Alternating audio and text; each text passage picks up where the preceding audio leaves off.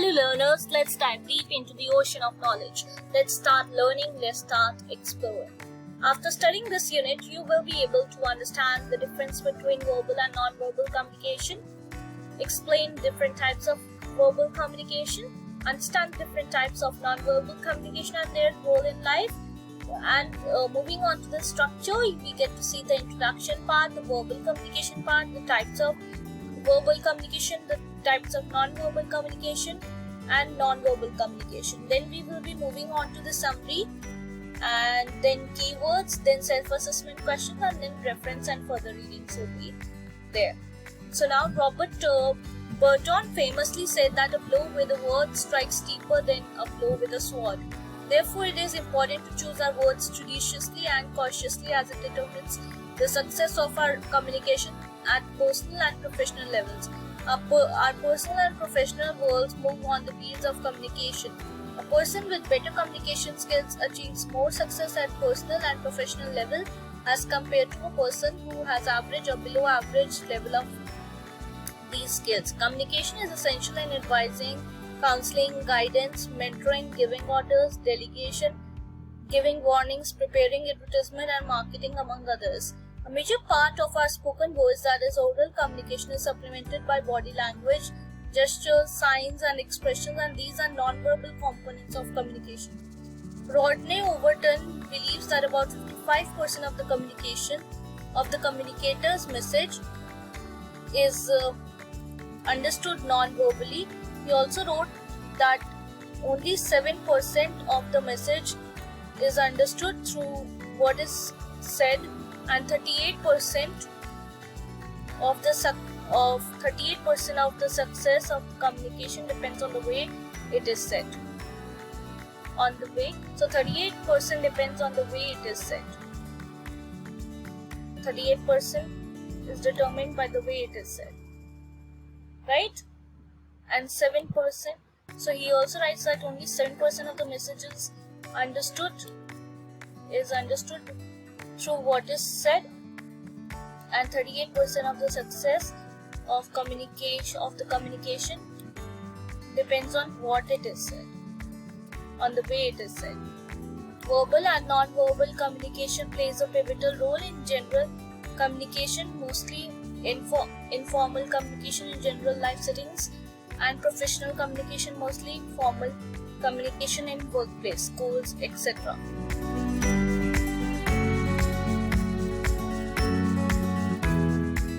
In this unit, we will go through the details of various types of communication to understand the difference between them and their importance. Verbal communication. Now we are going to move on to the verbal communication, right? So, verbal communication is the sum total of the time spent in speaking, listening,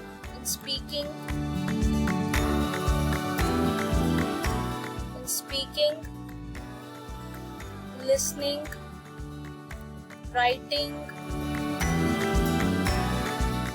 in personal and professional, in personal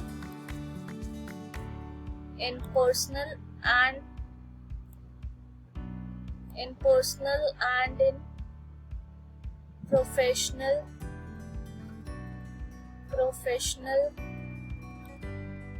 in personal and professional. So in other words, we can understand verbal communication as establishment of communication between people using oral or written words. The message is transferred from sender to the receiver through an oral or written channel of communication.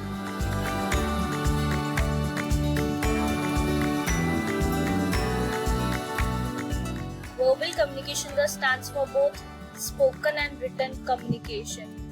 It can be one-way communication where the message flows from the sender to the receiver and nothing goes back to the sender from the receiver, or it can be a two-way communication where the communication is negotiated between the two people, that is, the sender sends the message and the receiver responds. They exchange information, clarify doubts and work together in harmony to achieve a common goal.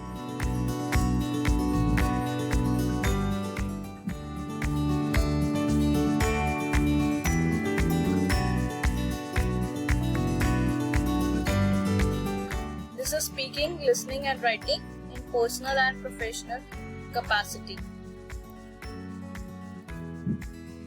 Then moving on to the types of verbal communication.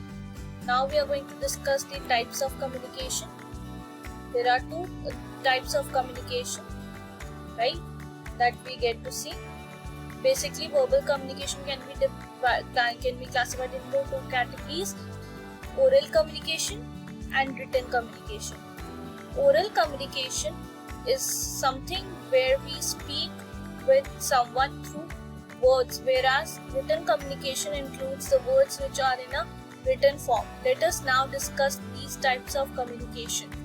Oral communication. This is the most common and popular mode of communication in our personal and professional life. Oral communication, as already explained, involves establishing communication through spoken words. It can be formal, informal, one-way or a two-way communication. It can involve a face-to-face interaction, telephonic interaction, or a communication through video conferencing. In other words, it involves a speaker, sender of the message, and a listener, or more than a listener who are the receivers of the message. The speaker and the listener may establish a one-way.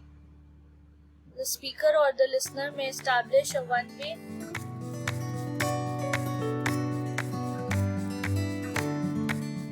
In other words, it involves a speaker, sender of the message, and the listener, or more than one listener. For the receivers of the message, the speaker and the listener may establish a one-way or two-way communication depending on the setting. Oral communication can be of two types, viz. Formal or informal. Informal oral communication involves two persons speaking, listening to everyday occurrences like talking to friends, family members, or colleagues on topics not related to business or formal situations or other formal situations. Informal oral communication is mostly casual in nature and is based on social relationships between people.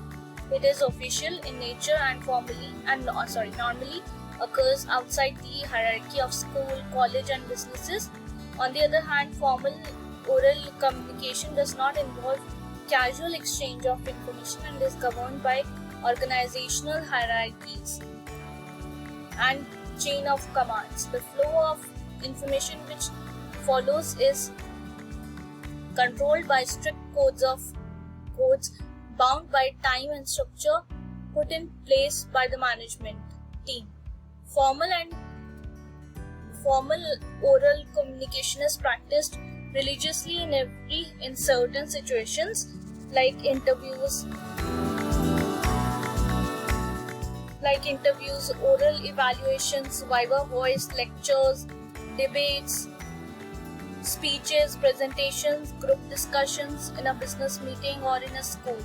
It is a talk between the management team and employees or school administration and staff and students.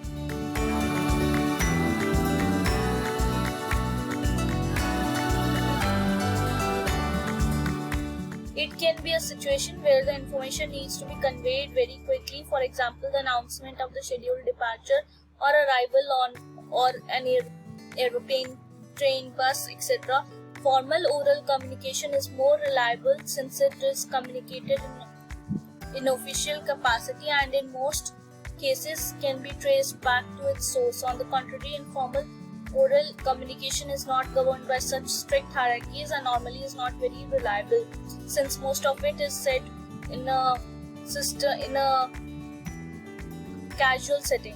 The informal moves freely in informal settings as opposed to formal settings where the information moves through predefined channels.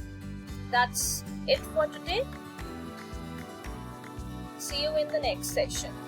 And in the next session, we would be discussing about the written communication. So we will be starting off from written communication. right?